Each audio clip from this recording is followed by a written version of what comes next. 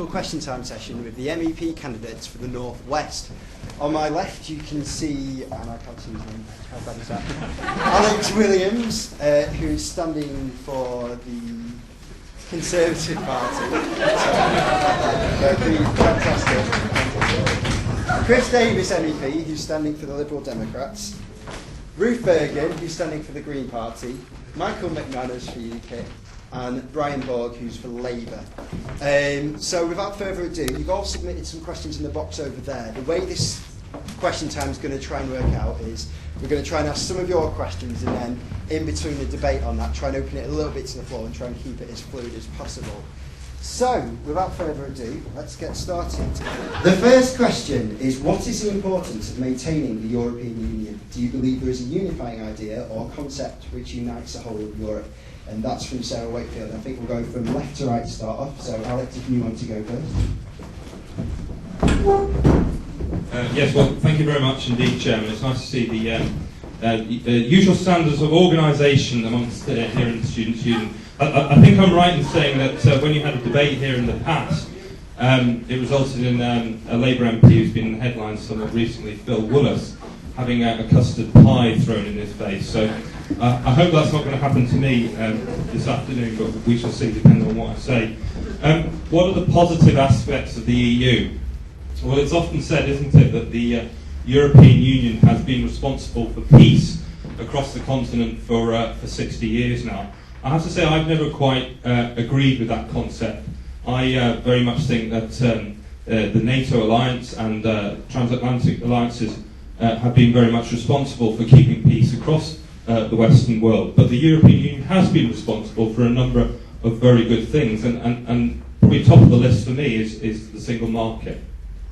Certainly not complete as it stands at the moment, but very much an important market for industry here in the UK and for British businesses to allow us to sell our goods and services abroad.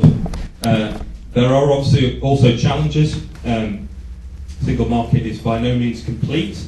There are many, many non-tariff barriers to trade. That means British business struggle to get into to markets in the EU. And I think there is a risk that we have at the moment, that stands at the moment, that instead of being an open free market Europe, we're turning more into a fortress Europe, with high barriers both to producers outside of the EU in terms of allowing them access to our markets, but also consequential barriers to trade for UK industry outside of the European Union. So I think open markets and free trade is the main benefit I see from our membership.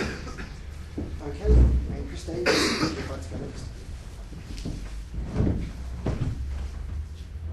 At base, the European Union is really just a mechanism which allows 27 governments which have common interests and shared problems to try and work together.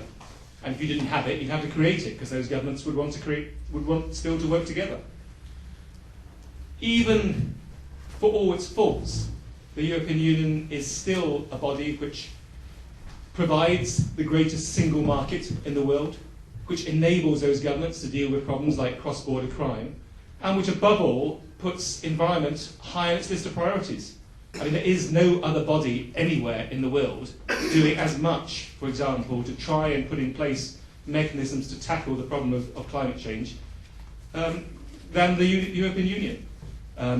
Weak though it may be, but as we go to the Copenhagen United Nations conference on climate change in December, we're looking for some leadership such as it can be from the United Nations, but we're looking really for the European Union and all its diplomats and all its individual governments to be taking a lead in trying to persuade others to sign up to an international treaty.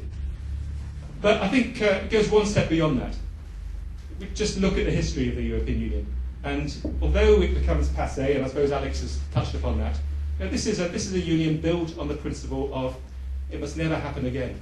We must never end up with a Europe of refugees and of bombed cities, and we must try and ensure that there are certain core principles which are maintained and strengthened, and those are principles of democracy and liberty and rule of law, independent judiciary and the like. Now you can look around Europe, Italy for example, Greece, you can find examples of where we're rather weak at that. I want to see them strengthened.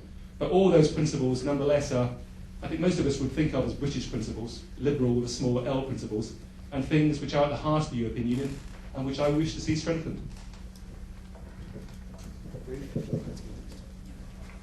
Hi, and thanks for having me here. What do I think is positive about the UK? Well, I think it's the potential for protecting human rights. We've seen that some really good progress has been made on that, and people have been able to appeal to the Court of Justice on human rights grounds. I think there's real potential for a united effort on the environment and for real progress on cutting carbon emissions. I think if we don't tackle that together as a united European group, really it's unrealistic to say that we're going to tackle the challenges that climate change pose. I think it has a real potential for peace, and we need to work together on this. Has a real potential for promoting tolerance between different groups, but it needs to be more accountable. What we see at the moment from Europe is that it's driven by business lobbies, and that it's not accountable enough to the people that elect the MEPs to represent them. So what we want is to see a Europe that's more accountable, that's more democratic, and that puts at its heart sustainability, environmental sustainability, but also social sustainability.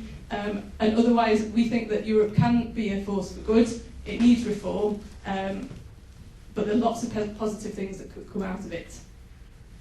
Thank you. Thank you. My name is McManus. I'm from the UK Independence Party. Now, what's good about the European Union? Well, as UKIP, we'd say not a lot, and with that, we could adjourn to the nearest public house. However, I want to talk about some of the claims the European Union makes about itself. This claim that the EU kept the peace. If you went on the EU website in 2005, it said, thanks to the EU, there's been peace in Europe for 60 years. That takes you back to 1945. The European Union didn't exist until 1957, so it could keep the peace 12 years before it existed. I'm sorry, that's the politics of the Twilight Zone. Let's also talk about this claim that the European Union protects our rights. It doesn't protect our rights, it actually undermines our rights, amongst them the right to privacy. For example, I don't know if anybody here has heard of the ACTA Treaty. We've actually got a leaflet about it. We're all very friendly here. Basically, I've got hundreds of these. If you want one afterwards, I'll let you have one. This is how the European Union wants to spy on you so they can take away your iPod, your MP3, your mobile phone and your laptop. Now, they want to undermine your rights. They didn't keep the peace, and this claim that, somehow it makes us richer. Well, actually it doesn't. We waste £40 million a day on EU membership. That's enough to pay for 2,000 nurses' salaries for a year. If you said to me, do we pay the EU or pay 2,000 nurses, I know what I'm going to choose. Thanks to EU red tape and regulation, we're less competitive in the global market. So what's good about the EU? Frankly, not much. Thanks very much. My name is Boag. I'm from the Labour Party, and it's an interesting time for me to be here. I'm normally a lecturer in nursing, so there's your chance to get your revenge with exams coming up. What's important about the European Union? Labour is absolutely committed to being part of the European Union. I really don't want to spend a lot of time talking about UKIP, but you were the one that did mention Twilight politics, something you're very good at. We'll probably address some of the issues around iPods later on. We are actively embracing the European agenda. We live in a world now, it's 2009, not 1945, not even 1957, it's 2009 with an economy that is based upon a European monetary involvement. It is not about being isolationist, it is about being involved and bringing jobs to this country. You talk about 2,000 extra nurses. If you withdrew from Europe, you'd be talking about millions of jobs lost. We talk about education. Education is something that's very passionate, obviously, to me. It pays my wage. Labour in Europe has ensured that those gates are open to all. It allows through various programmes like Erasmus for students to cross borders, to get involved in education across the whole of the European Union and beyond. We are here essentially to ensure that Europe is fair for all people, and that's why we have to remain part of it, and why it's more relevant today than it's ever been. Thank you.